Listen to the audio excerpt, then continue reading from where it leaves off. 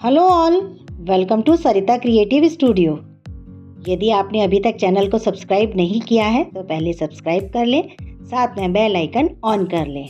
दिवाली निकलते ही सभी स्कूल्स में, कॉलेजेस में प्रोजेक्ट्स और एग्ज़ाम्स और टेस्ट की झड़ी सी लग जाती है। कुछ बच्चे तो क्रिएटिव होते हैं तो अपने प्रोजेक्ट्स खुद बना लेते हैं, पर कुछ बच्चे जिन्हें किसी की हेल्प की ज़रूरत पड़ती है। तो ऐसे ही दो बच्चे मेरे पास भी आए थे जिन्हें ऑप्टोग्राफी का प्रोजेक्ट बनाना था।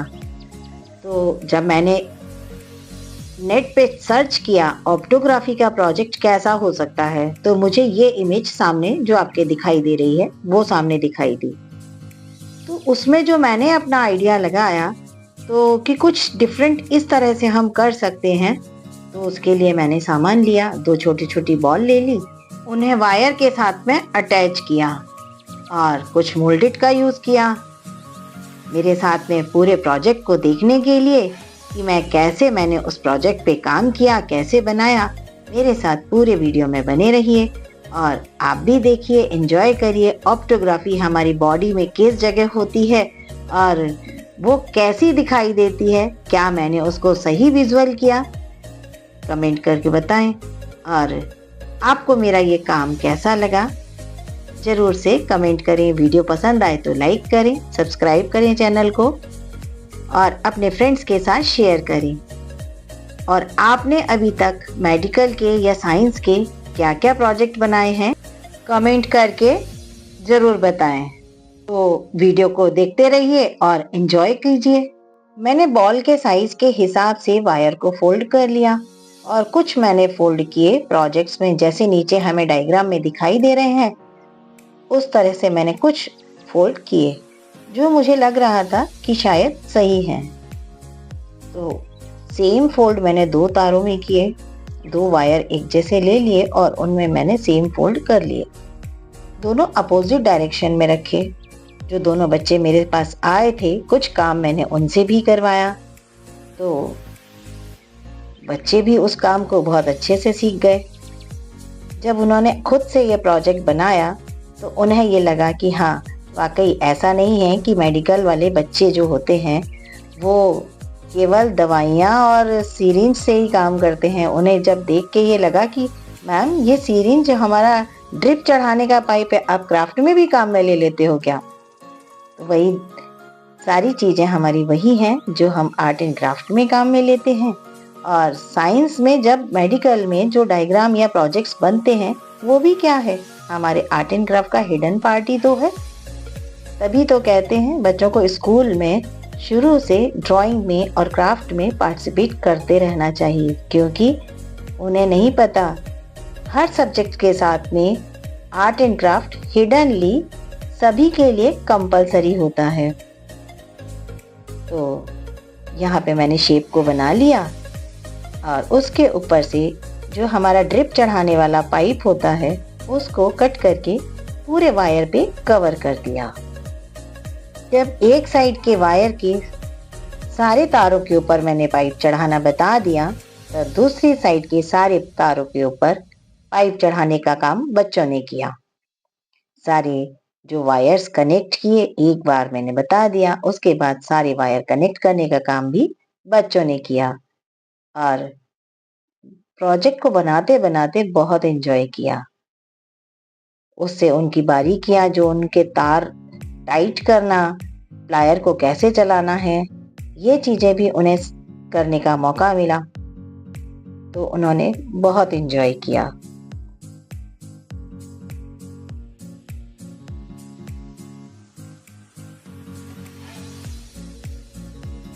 जब हमने दोनों साइड के दोनों वायर को पाइप से कवर कर दिया और उन्हें हमने उसी शेप में सामने सेट कर लिया जिस शेप में हम उसको फोटो में देख रहे थे।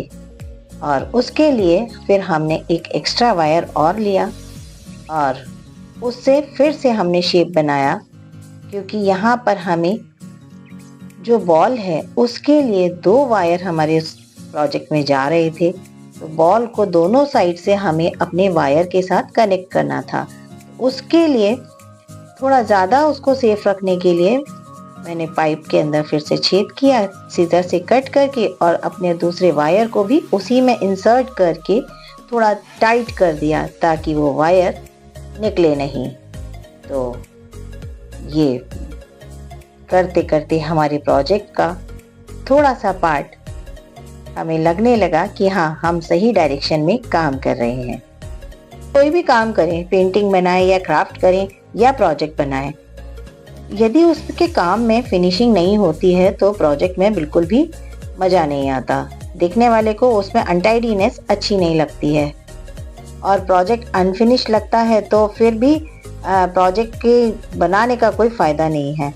तो इसके लिए हमने सारे वायर्स को हर बार पाइप से कनेक्ट कवर किया, और जितने भी वायर हमने दोबारा बाद में भी लगाए, सब वायर को हम कवर करते चले गए। तो उससे जब हम पाइप पे कलर करेंगे तो हमारा वायर बिल्कुल भी नहीं दिखेगा, और हमारा प्रोजेक्ट भी बहुत सुंदर और फिनिशिंग में लगेगा। तो इसको, अपनी फिनिशिंग को देखते हुए हमने अपना सारा काम कवर करते हुए किया।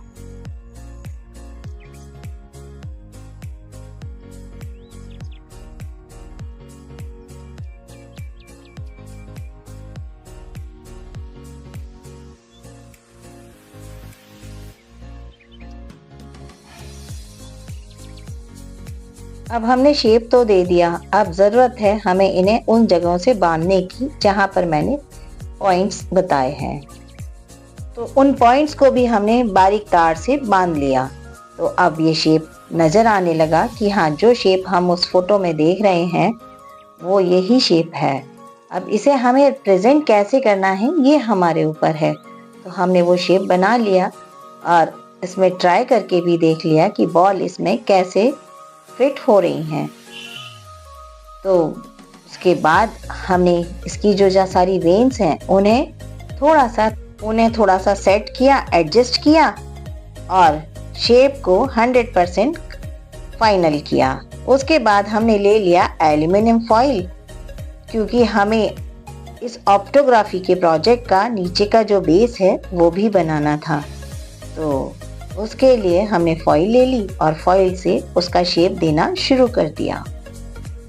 शेप बनाने के लिए हमें ज़्यादा कुछ करना नहीं पड़ता। एल्युमिनियम फॉइल को हम थोड़ा थोड़ा दबाते हुए सेट करते जाते हैं उस शेप में, और जब हमारा शेप थोड़ा सा सेट हो जाए, हमें ऐसा लगने लगे कि ये सेट हो रहा है, तो हम एक बार अपने उस प्रोजेक्ट को हम मेजरमेंट ले लेंगे कि हमने जो शेप बना के रखा है पहले वाला वायर वाला, वो इस बेस के शेप पे प्रॉपर तो आ रहा है ना, कहीं हमारा जो बेस है वो छोटा तो नहीं है। तो यदि वो छोटा है तो फिर हम और फॉइल लेंगे और उसे फिर से दोबारा से थोड़ा सा और बढ़ाएंगे। जब हम शेप बना रहे थे तो बनाते बनाते मुझे ऐसा लगा कि ये बीच में से थोड़ा सा दब गया है किनारियों पर, तो क्योंकि फॉइल को हम दबा रहे हैं तो थोड़ा सा थिकनेस आ गया है, पर सेंटर जो है वो थोड़ा सा हॉलो हॉलो और नीचे की तरफ दबा हुआ लग रहा था। तो उसे फिर से हमने और फॉइल लगा के एडजस्ट किया, थोड़ा सा किनारियों से भी और उठाया, क्योंकि हमें ऐसा लग रहा था कि इसको जो थिकनेस हम दें तो कम से कम ये 1 इंची पौन इंची की थिकनेस में तो दिखाई दे, ताकि हमारा जो प्रोजेक्ट है वो थोड़ा सा 3D लगे। तो हमने जितना भी दोबारा फॉइल जो लिया उसे फेविकॉल लगा के अच्छे से चिपका दिया, ताकि वो उस जगह से हटे नहीं। और आपको ये जान के बहुत आश्चर्य होगा कि फेविकॉल से एल्युमिनियम फॉइल बहुत अच्छे से चिपक जाती है।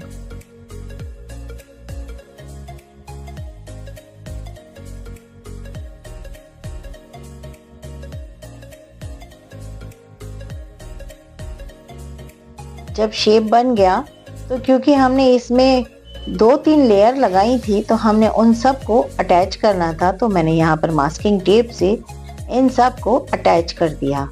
उसके बाद बारी आती है हमारी सदाबहार मोल्डेड की, क्योंकि मोल्डेड के बिना कोई भी क्राफ्ट करना मुझे पसंद ही नहीं है। तो मोल्डेड लिया, और मोल्डेड से, क्योंकि चाहे वो क्राफ्ट का काम आर्ट एंड क्राफ्ट का हो, क्रिएटिव हो, कोई फेस्टिव सीजन हो, चाहे कोई मॉडल या प्रोजेक्ट हो, मोल्डेड तो सब जगह काम आता ही है। तो यहाँ पे मैंने सारे जॉइंट्स को ढकने के लिए, कवर करने के लिए मोल्डेड का यूज किया। जैसा कि आप लोग जानते ही हैं कि मोल्डेड जो है उसे हम कैसे यूज़ करते हैं और वो क्या होता है। यदि कोई नया है जिसे मोल्डेड के बारे में नहीं पता है तो उसे मैं बता दूं, मोल्डेड जो है वो रेजिन बेस और हार्डनर दो तरह के कंपाउंड एक साथ आते हैं, उन्हें हम इक्वल क्वांटिटी में मिक्स करते हैं तो हमारा वो एयर ड्राई क्ले बन जाता है। उस एयर ड्राई क्ले को हम टेल्कम पाउडर को हाथ में लेके मिक्स करते हैं और जहाँ भी हमें यूज़ करना होता है उसे हम टेल्कम पाउडर से ही फिनिशिंग करते हैं। और मोल्डेड जब हमने मिक्स कर लिया होता है तो उसे हमें आधे घंटे के अंदर अंदर यूज़ करना होता है, नहीं तो वो जिस पोजीशन में हम छोड़ देते हैं उसी पोजीशन में सेट हो जाता है।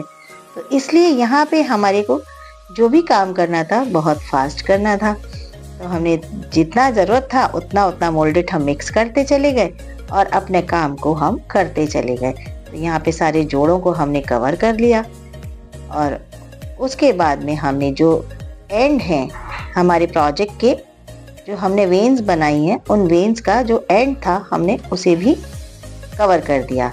उसके बाद हमने और मोल्डेड मिक्स किया और एक बड़ी सी रोटी जो हमने पॉलीथीन पर रख के मोल्डेड की बना ली और उस रोटी को हमने रैप कर दिया जो हमने फॉइल से शेप बनाया था उसके ऊपर।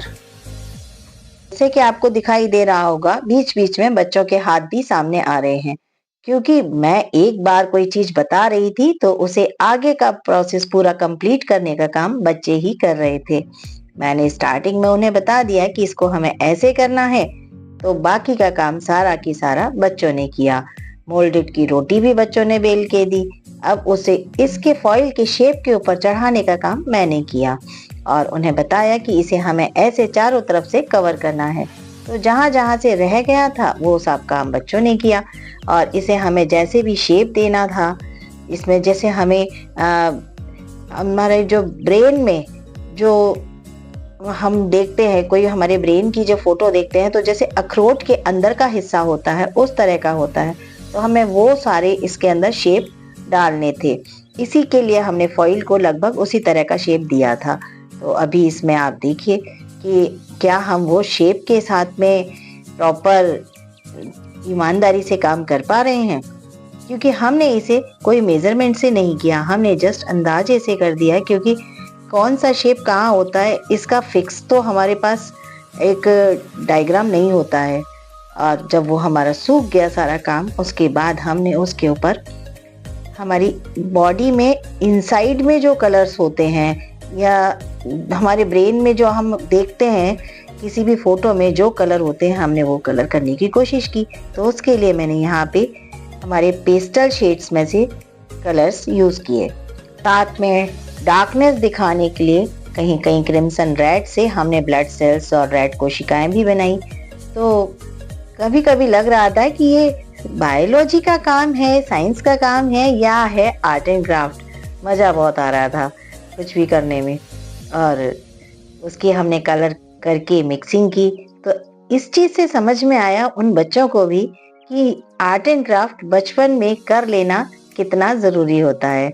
जब पढ़ाते हैं स्कूल में टीचर्स तो बच्चे बहुत ज़्यादा उस पीरियड को बंक करने की कोशिश करते हैं, पर जब किसी उनकी लाइफ के प्रोफेशन में उसमें उन्हें जब वही चीज़ करनी पड़ जाए तो वो हर संभव कोशिश करते हैं कि उन्हें ऐसा कोई काम करना ही नहीं पड़े जो उन्होंने बचपन से स्कूल की पढ़ाई के टाइम पे किया ही नहीं या उससे बचते थे। तो अब हमने सारे प्रोजेक्ट पे कलर भी कर लिया। बॉल के ऊपर हमने किया है आई का कलर। तो आई के लिए जैसा हमारा आई बॉल का कलर होता है वही किया है।